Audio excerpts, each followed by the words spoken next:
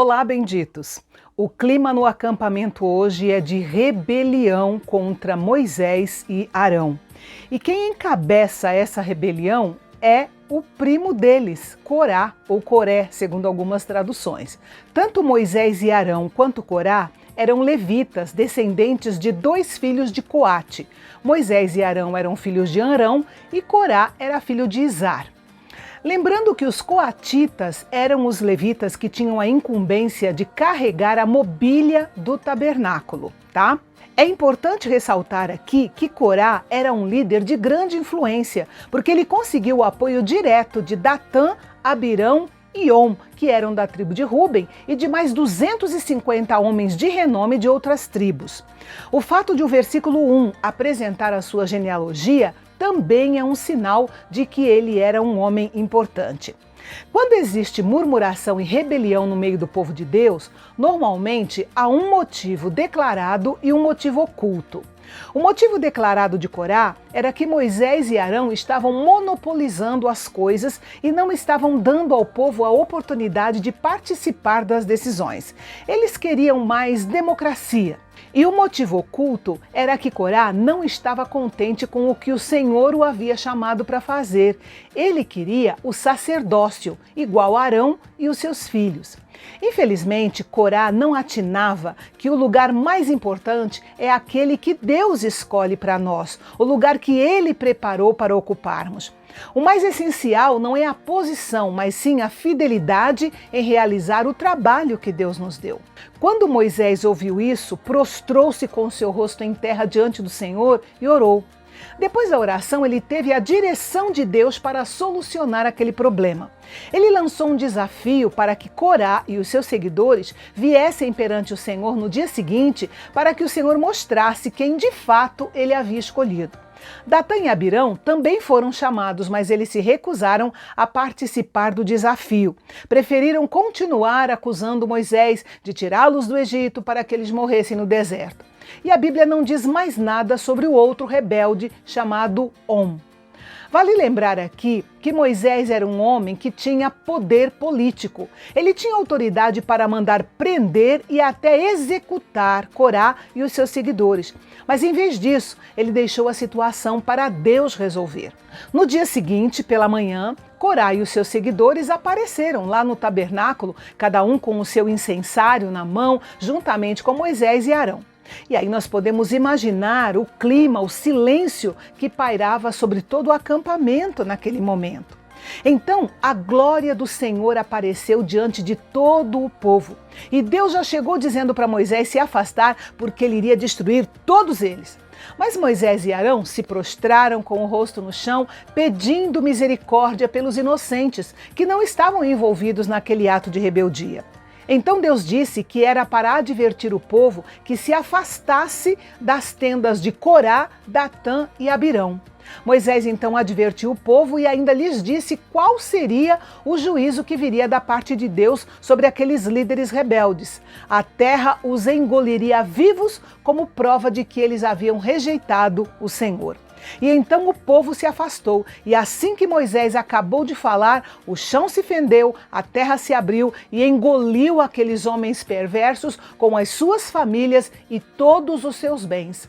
E o fogo de Deus ainda destruiu os 250 homens que também pretendiam ser sacerdotes. Deus deixou muito claro que os israelitas deviam aceitar e respeitar a autoridade dos líderes que ele havia escolhido. O Novo Testamento reforça este mesmo princípio. É perigoso quando as pessoas desafiam a ordem do Senhor e se autopromovem a posições de liderança. Elas não pecam apenas contra o Senhor, mas também contra suas próprias vidas. Por isso, devemos ficar longe de pessoas que causam divisão, discussões e contendas dentro da Igreja de Cristo. É bom não estar por perto quando Deus tratar com elas. Por fim, Deus ordenou que os 250 incensários dos que haviam sido mortos deveriam ser recolhidos e batidos em forma de lâminas para servir de revestimento do altar, porque eram utensílios sagrados.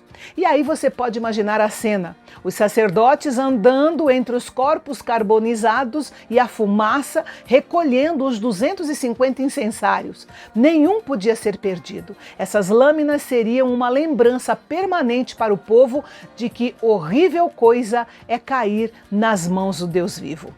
Mas a situação não parou por aí.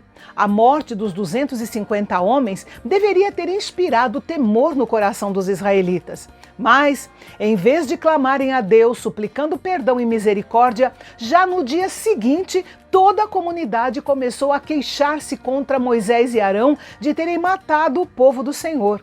Uma acusação absurda. Evidentemente foi a mão de Deus e não Moisés. Quando eles ouviram aquelas acusações, Moisés e Arão foram para o tabernáculo e de repente a nuvem cobriu e a glória do Senhor apareceu, e ele já chegou enviando uma praga que começou a consumir os israelitas.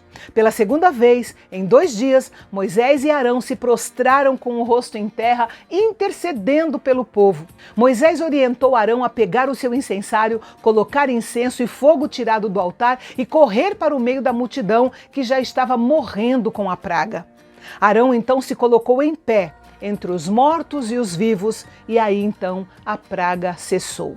Resultado: 14.700 pessoas morreram por terem se rebelado contra o Senhor.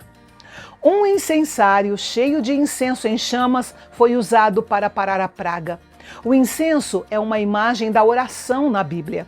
E esta foi uma imagem dramática de Arão como sumo sacerdote intercedendo pelo povo de Deus. Os intercessores fazem a mesma coisa hoje. Eles ficam entre os mortos e os vivos, suplicando a misericórdia de Deus. E isso mostra quão sério é o assunto da oração. A oração move a mão de Deus para impedir a morte e dar vida.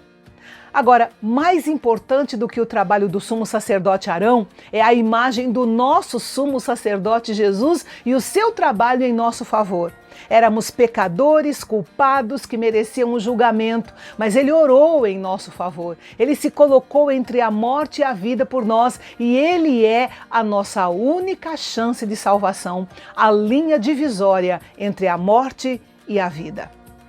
E a 16ª palavra de bênção de Números saiu dos lábios de A.W. Tozer, que disse: nunca siga um líder até que tenha visto o óleo da unção sobre a cabeça dele. E amanhã nós veremos a forma incrível que Deus usou para provar de uma vez por todas ao povo de Israel que Arão e seus filhos eram os escolhidos por ele para exercer o sacerdócio. Não perca! Até lá!